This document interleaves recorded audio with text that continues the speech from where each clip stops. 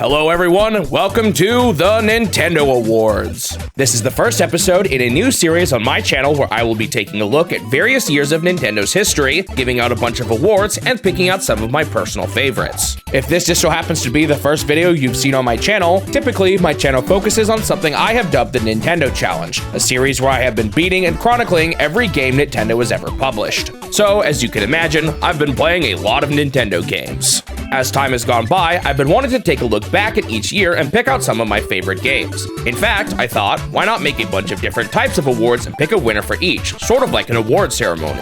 With each award, I'm going to be selecting a few games as candidates before deciding on a winner. I don't want to set a hard number for the size of the list of candidates, but I do want to try and pick at least 3 for each award. In the future, I want to make a single video for each year, but unfortunately, I can't do that for Nintendo's earliest years, as there just weren't enough games Nintendo made at the time. For example, in both 1977 and 1978, there were only 2 games I played, and having to pick a winner for awards like Best Story between Color TV Game 6 and Color TV Game 15 didn't seem like it would make for a good video. So, for this first one, I will be taking a look at the years 1977 through 1980, a time period that reflects Nintendo's earliest years as game designers. We can think of this as the pre-Donkey Kong era, a time period full of clones and trend chasing as Nintendo was trying to find its footing in the world of electronic gaming. Unfortunately, I wasn't able to play Nintendo's earliest arcade machines from this time, as many of them have fallen apart and cannot be emulated. Instead, I started with Nintendo's very first consoles, Color TV games. These machines were a part of the very first generation of video game consoles, and by and large, they were all copies of already popular games like Pong, Breakout, and Speed Race. After this, I played a bunch of early arcade games by Nintendo. These barely ever get acknowledged by Nintendo today, and I think part of it is the fact that once again, they made a lot of rip-offs. Heck, the first arcade game I played was called Space Fever, and it was just a total clone of Space Invaders. Finally, in 1980, Nintendo also started the Game & Watch with the Silver Series. These games weren't all that extravagant, but their portability and addictive nature made them a pretty big hit for Nintendo. So, that's the full list of everything I played from 1977 to 1980. It doesn't quite capture everything Nintendo released during these years, but what you see here is every game that was considered for this video. Alright, before I jump into the awards, I want to make something clear. This is all based entirely off of my own preferences. This is not intended to be an objective critique of these games, and there's not some sort of elite panel of judges behind the scenes. So just keep that in mind if you find that one of your favorites doesn't do as well as you would have hoped. Okay, I think that's all I wanted to talk about, so with that, let the 1977 through 1980 Nintendo Awards begin. These awards have all been separated into 3 main categories: presentation, gameplay, and the best overall. To start, I'm going to go over the presentation category. The first award is the Best Story Award. This award is the amalgamation of all things like world building, writing, plot, and characters. I may split this up at some point into individual awards, but early games are so light on story that I'm just going to combine them for now. The candidates for this award are Sheriff, Monkey Magic, Hellfire, and Radar Scope. In a time period full of space shooters, Sheriff stands out with its fun Western theme. It's also got multiple cutscenes surrounding the romance between the main characters, which wasn't very common at the time, or at least it wasn't too common for Nintendo. Monkey Magic may not have too much of a story, but the monkey himself has a lot of character. The game focuses entirely around the monkey, and man, that laugh the monkey makes still fills me with rage. Heck, I even made a whole music video focused around the laugh in my summary video. Okay, Hellfire may be pretty lacking in the story department, but the ending cutscene was pretty memorable to me, so I thought I'd throw it a bone. It's just floating by in space. I did it. I rescued the island girl or something. The cutscene itself is pretty janky, but I kinda like the song that plays during it. Radar Scope is another one that's pretty light on story, but its opening cutscene feels quite a bit more dramatic than anything else I played during this time. Captain, your duties are to shoot 48 UFOs. Good luck. This is largely thanks to the siren that plays during it. It's a little obnoxious, but it sets the stakes pretty high right from the get-go. And the award for the best story goes to Sheriff. Sheriff wins out for feeling like the most complete package. You've got unique characters, a fun theme, and various cutscenes throughout the game. Sure, this is nothing compared to modern standards, but I think it stands out amongst everything else I played during this time. Next up is the Best Visual Design Award. This one encompasses sort of a combination of graphical fidelity and artistic style. Personally, art style is more important to me generally speaking, but I'll definitely consider the technical achievements as well.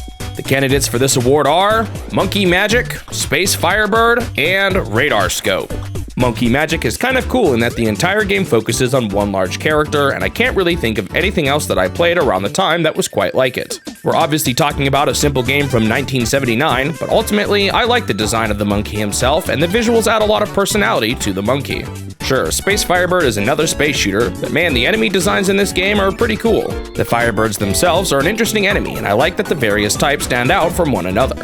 I also really like the way they flap their wings and float around on the screen. They just look a step above the stiff 1 or 2 sprite enemies from a lot of the other games I played at this time. Radar Scope has a pretty neat visual effect to make the game feel three-dimensional. It uses a grid to simulate a 3D field, and it makes the enemy sprites larger and smaller as they move around on the screen. While I don't think the enemies look quite as interesting as the Firebirds, the way they fly towards you and turn off to the sides look pretty neat too. Oh, and I also like that the background isn't just a generic black background like so many of the other space games at the time. And the award for the best visual design goes to Radar Scope. This one was actually a kind of tough call for me. The cool look of the Firebirds was almost enough to win the award, but ultimately, Radar Scope won me over with its interesting 3D effects and generally more vibrant art style. Next up is the Best Sound Design Award. In the future, I think I just want this to be the Best Soundtrack Award, but a lot of these early games didn't even have music, so I'm including sound effects as part of this award for now. Also, do you want to know what game is not winning this award? Color TV Game Racing 112.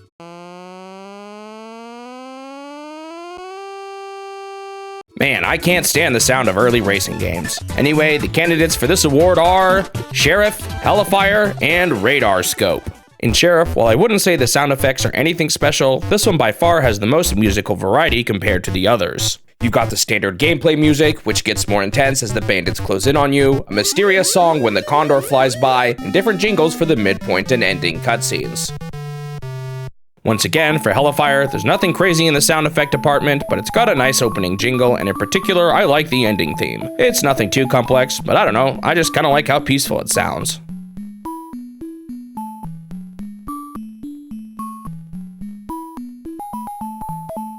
The main theme to Radar Scope isn't anything all that special, but there's no denying that the quality of the audio in this one just feels a bit more advanced than everything else. Granted, that's due in part to it being the latest game released out of all of these, but it's definitely worth noting regardless. And the award for the best sound design goes to Sheriff. Ultimately, it's the variety of music that gives Sheriff the edge for me. Like everything else at the time, it's not like it's anything too complex, but I just like how dynamic it makes the game feel. Next up is the Funniest Game Award. These games may not have the best story, but at least they made me laugh. The candidates for this award are Monkey Magic, Game & Watch Fire, and Game & Watch Judge. Sure, the monkey in Monkey Magic may have made me upset every time he laughed at me, but it's pretty funny looking back on it. The concept behind this game is just so much more ridiculous and lighthearted than a lot of the other games at this time, and it's hard not to enjoy the game's overall silly nature. Game & Watch Fire's theme is a bit dark, but the way it all plays out is kind of ridiculous. You play as firemen helping people escape a burning building, but for some reason, instead of just catching them, you have to bounce them all the way to the ambulance. This results in you needing to manage a ton of people flying around in the air, which conceptually is just really silly. Thinking back on it, I think there's one game I definitely laughed the most while playing it: Judge. While the concept of bonking each other on the head is inherently pretty funny, a lot of the laughs came from playing this with someone I knew. It does sort of raise the question of whether the game itself is funny, or if I was just laughing at my roommate for being silly and making mistakes. And the award for the funniest game goes to Monkey Magic. This one was another tough call. I laughed a lot during Judge, but I also find Monkey Magic a bit more funny when I think back on it. I just really like how silly it is. From the ridiculous concept to the way he laughs at your failures, I'll just never forget this dumb monkey.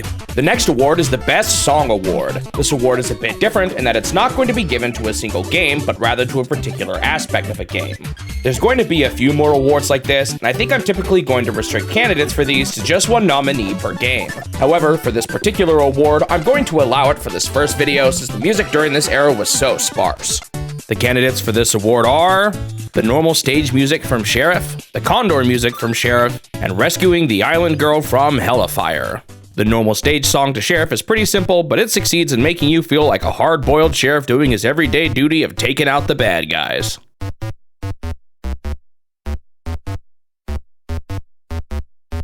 The Condor song, on the other hand, really makes you feel like something special and mysterious is happening. Finally, we have the song that plays when you rescue the island girl in Hellfire. I've already talked about it a bit already, but this sweet little jingle really makes the ending of this one stand out.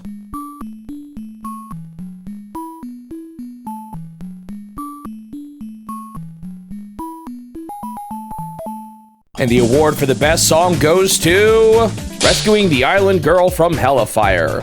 While Sheriff might have had a greater variety of songs, it's Hellfire's ending song that stands out to me the most. It's by no means a complex song or anything, but it feels more like an actual musical piece instead of just a few repetitive notes played over and over. The next award is the Best New Character. This award will go to my favorite character that was introduced in the year the game was created. Returning series are allowed, but not returning characters. This doesn't have to be a main character or anything, just a character I really like. The candidates for this award are Mr. Jack from Sheriff, Betty from Sheriff, the Monkey from Monkey Magic, and the Island Girl from Hellfire. Yeah, it's no secret that for this year, I pretty much just picked the only characters that even qualified to begin with, so there's not a whole lot else to say here. Oh, but I do want to give an honorable mention to Mr. Game & Watch. While his Smash Bros. Appearance is an amalgamation of a bunch of Game & Watch characters in one, he wasn't really an actual character at the time, so I don't really think he counts. I don't know, kind of a weird one. Anyway, the award for the best new character goes to the Monkey from Monkey Magic. Well, what can I say? The monkey from this game really makes the game what it is. I wasn't even super fond of the game itself, but the monkey really gives it a unique identity. Alright, that finishes up the presentation category. On to the next one, the gameplay category. To start off, we're going to look at the Best Mechanics Award. This one encompasses a variety of components, from the physics to the controls to the combat to whatever strategic elements a game might have. Basically, I'm looking for the game whose core interactive components I like the most. The candidates for this award are SF High Splitter, Sheriff, and Game & Watch Vermin. Huh? SF High Splitter, the sequel to Nintendo's Space Invaders ripoff? The ripoff of Space Invaders Part 2? What is it doing here? Well, for one, even though it is a ripoff, the core itself is still solid, even if Space Invaders ultimately deserves all the credit. As for why I picked this version instead of just Space Fever, it's because this is the one where Nintendo at least put a few unique gameplay mechanics into the game. Sure, the splitting aliens idea does come from Space Invaders Part 2, but in SF High Splitter, you are rewarded for your precision. If you shoot an alien that normally splits into two in the dead center, you can defeat them in one shot instead. The game also gives you a safe lane you can fire through with the protectors, which is a nice touch. Is it still largely a Space Invaders ripoff? Sure, but it's still one of the games I enjoyed the most from this time. While Sheriff still kind of falls under the shoot the bad guys formula that a lot of the other games had at the time, Sheriff stands out with its dual stick control scheme. Also, to be clear, I am calling it a dual stick control scheme, even though it actually took the form of a joystick and a dial. You can control which way your character moves while also controlling which way your character is aiming, and it works quite well for an arcade shooter like this. Vermin is extremely simple. All you do is move left to right. However, despite how simple it is, this game ends up being pretty fun. It's quick and responsive, and in my opinion, it's where Game & Watch games shine best. Simple but fast-paced action. The whole hitting only on the left and right sides of your character works surprisingly well too, as it still requires you to think quick without ever being all that complicated. And the award for the best mechanics goes to Sheriff. For this one, Vermin was a close second, but I just think the whole dual-stick aiming thing is such a good fit for an arcade shooter like this. Next up is the best level design. In my opinion, the level design of a game is just as important as the mechanics themselves. I'm using the term level here pretty loosely, and I definitely don't plan on using it to describe games exclusively with a level-based format. The candidates for this award are Sheriff, Monkey Magic, QDQ, and Color TV game Block Breaker. Sheriff takes the concept of multi-directional Space Invaders and runs with it. The enemies are placed all around you, and you've got various protectors set up around you too.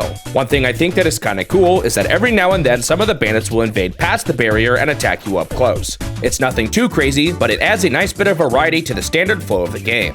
Monkey Magic is one that I like conceptually. A multi-phase breakout stage against an evolving villain is super neat. It doesn't all work, but I appreciate the concept. Bomb B and QDQ are both interesting pinball breakout hybrids, and QDQ in particular features a stage that gets harder and harder the more you clear the objectives. This is another one that I like the idea of, although I'm not completely sold on the execution. Sometimes the intricate stage gets in the way a bit, causing the ball to bounce in some pretty annoying ways. Yeah, Color TV game Block Breaker is ultimately just a breakout clone, but I like some of the various level ideas they included to shake things up. Level 3 with a layer of protection along the bottom is a nice variation, and the objective blocks of stage 5 and 6 are interesting, if not a little odd.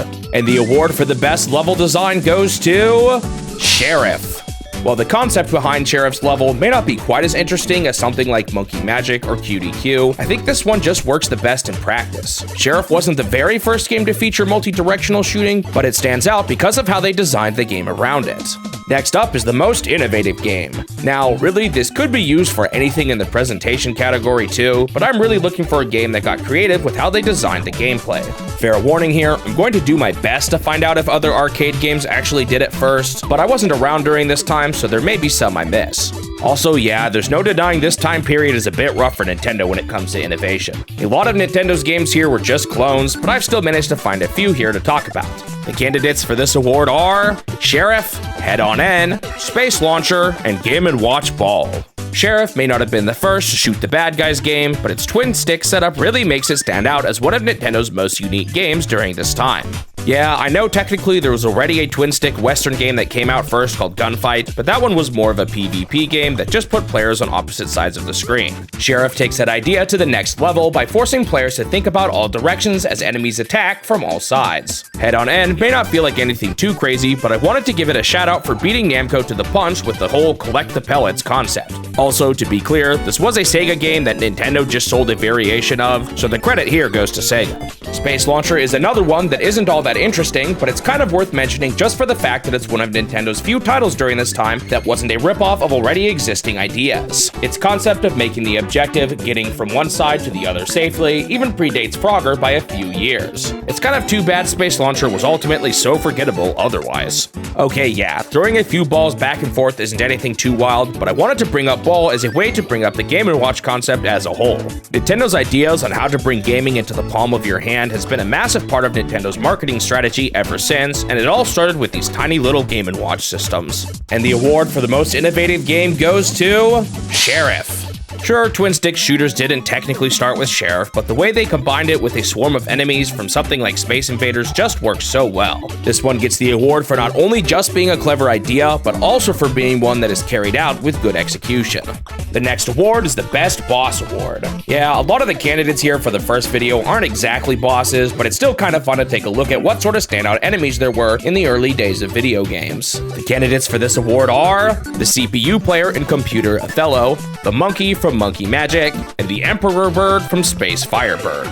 Computer Othello wasn't exactly the most thrilling game I've played, but I was pleasantly surprised by how well designed the AI was for being in an obscure Othello game from 1978. The AI was neither too easy, nor was it too OP. I'm not exactly an Othello expert or anything, and I found it matched my skill level pretty well. Alright, at this point, I think I've talked about the monkey enough. You all know what makes this guy stand out. The entire game is basically one big multi-phase boss fight, and he laughs at you whenever you lose. He's downright evil.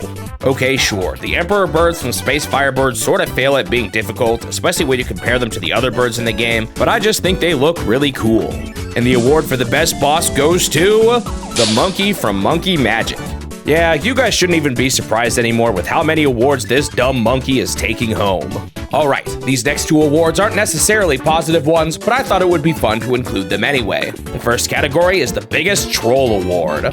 This one goes to the game where I can practically feel the devs laughing at me while they designed the game. The one where the devs employ the dirtiest tricks in the book to deceive you and make you look like a fool. The candidates for this award are Monkey Magic, Head-on-N, and Game & Watch Judge. While Monkey Magic's gameplay may be pretty straightforward, the way the monkey laughs at you embodies the spirit of the troll to a T. In fact, I even have an emote for this laugh, and the place I see it the most is often right after a big troll moment in a game. There's nothing too deceptive about Head-on-N, but it feels pretty terrible every time you get stuck in an unwinnable scenario while you have to wait for your impending doom. Judge is another one that isn't inherently deceptive, but its design definitely makes it easy to make a fool of yourself. Swinging at your opponent when they clearly have the bigger number always made me feel pretty silly.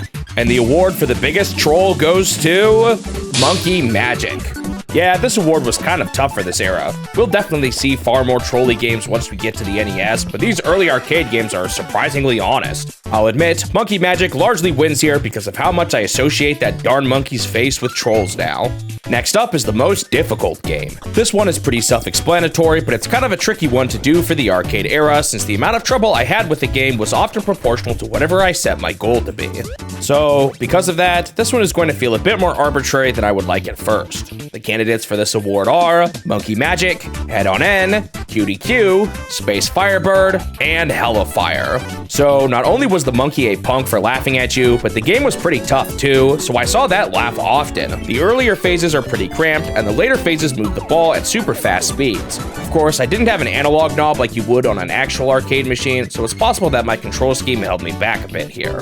Head on End just felt so difficult to make progress in. The first loop was hard enough, but once they started adding more cars, it just felt impossible to keep my runs alive. One thing that makes this game especially tough is that all the pellets get reset whenever you die, so each crash sets you back quite a bit. I can't imagine actually going for super long on this one. Maybe people just developed exact strats for it or something.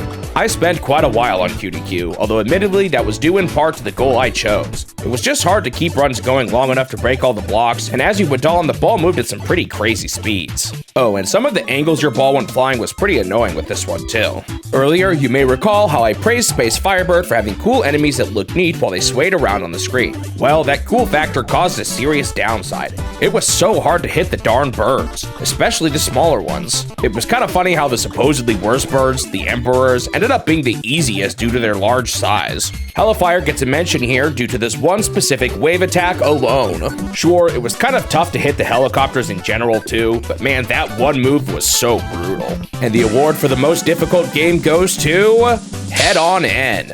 Again, picking a winner is a little tough here since the amount of time I spent with each game sort of depended on what my goal was. Head on End wins here though for being just so hard to make any progress in. My runs always ended so quickly with this game because of how difficult it was to avoid those enemy cars. Alright, that's all for the gameplay category. Finally, we move on to the best overall category. This is where I pick my actual favorites instead of just picking out particular components I like. To start with, we're going to look at the best new IP. This is an award to give new franchises a time to shine. For the start, that's almost all of the games here. However, another component to this one is which IPs feel like have the most potential for growth, so that's going to be a strong consideration this time around. The candidates for this award are Sheriff, Monkey Magic, and Game & Watch Ball. Sheriff establishes a simple but fun set of characters and a core gameplay mechanic that works well. So even though this game never really got any sort of official sequels, I can easily imagine a world where it did. Similarly, Monkey Magic never got any sequels, but I really like the idea of a breakout game that focuses entirely on multi-phase boss fights. It would have been cool to see more games like this with different villains and setups. As I said before, the mechanics of Ball are simple, but the concept of a simple and addictive handheld machine works so well. It's no surprise that Nintendo ended up making over 50 different sequels to this thing. And the award for the best new IP goes to Sheriff. Despite never getting a sequel, this is one I think it would be fun to see more of. It's got characters that can be expanded on and a gameplay style that could be a lot of fun if refined and expanded on. The next award is the best re-release. Most of the time, I won't be considering remasters and remakes for the best games in the other categories since I don't really think it's fair to give an award to a game that won a previous year just because Nintendo decided to re-release it. However, I still want to give some of these games a chance to shine. Now, this award won't be determined strictly by how good the original game is, but also by how well the game was translated to a new format. You may already be thinking that this is a dumb reward for Nintendo's earliest years, but I think if we cheat and broaden the category a bit this time to allow for clones, then it can actually turn into something kind of interesting. The candidates for this award are Color TV Game 15, Color TV Game Block Breaker, and SF High Splitter. Color TV Game 15 is a Pong clone, but with a ton of extra modes added. Some of them are stinkers, but having multiple modes like this definitely keeps the game a bit more fresh, and it helps it to stand out amongst other clones. Color TV Game Block Breaker is also a clear breakout clone, but it's got 6 different level configurations for you to conquer. Not only that, but they experiment with some pretty weird mechanics for a few of them too. They're not all great, but at least they tried. As I said before, SF High Splitter is ultimately a Space Invaders Part 2 clone, but there's just enough new mechanics here to make it stand out, such as the different game modes, the accuracy mechanic, and the shooting lanes. And the award for the best clone, re-release, goes to SF High Splitter. This one is a bit carried by Space Invaders itself being a step above everything else, but I do like the different twists they added with this one, especially the accuracy mechanic. Alright, now I know this is the best overall category, but I thought it would be fun to also pick a worst before going into my favorites. The candidates for the worst game are Color TV Game 6, Space Fever, and Space Launcher. I've got a lot of respect for Pong, but honestly, it's not that exciting of a game either. It also doesn't help that this game is ultimately a ripoff of it, even if Nintendo did get an official license from Magnavox to sell it. Despite the fact that I enjoyed Space Fever more than many of the other games around this time, it gets a mention here for being the most shameless ripoff out of all of them. Sure, they had 3 different movement patterns you could select from, but there's no hiding the fact that this is just Space Invaders under a different name. Space Launcher is the only one here that isn't a ripoff as far as I'm aware, which is unfortunate since it's just so boring. The threat level isn't very high, and it slowly moves forward for you, so the game practically plays itself. And the award for the worst game goes to Color TV Game 6. It feels a bit harsh to give this award to Nintendo's first ever home console, but other than that, there's just not a whole lot going for it. Space Fever is at least based on a marginally fun game, and Space Launcher is at least an original idea. Color TV Game 6 sort of represents the worst part of Nintendo during this time: derivative and repetitive. Now, normally at this point, I'd just be picking my favorite overall, but since we're taking a look at 4 years combined, I'm also going to be picking my favorite from each individual year. Just a warning though, some of the games nominated for the final award do come from the same year, so you'll get a bit spoiled for the final award here. So, if that's something you want to watch first, use the chapters below to skip ahead. To start, let's look at the candidates from 1977. Well, there were only 2 games released this year, so the candidates are Color TV Game 6 and Color TV Game 15. Yeah, there's not a whole lot to say about these. They're both Pong clones, and one just has 6 modes while the other has 15. And the award for the best game of 1977 goes to Color TV Game 15.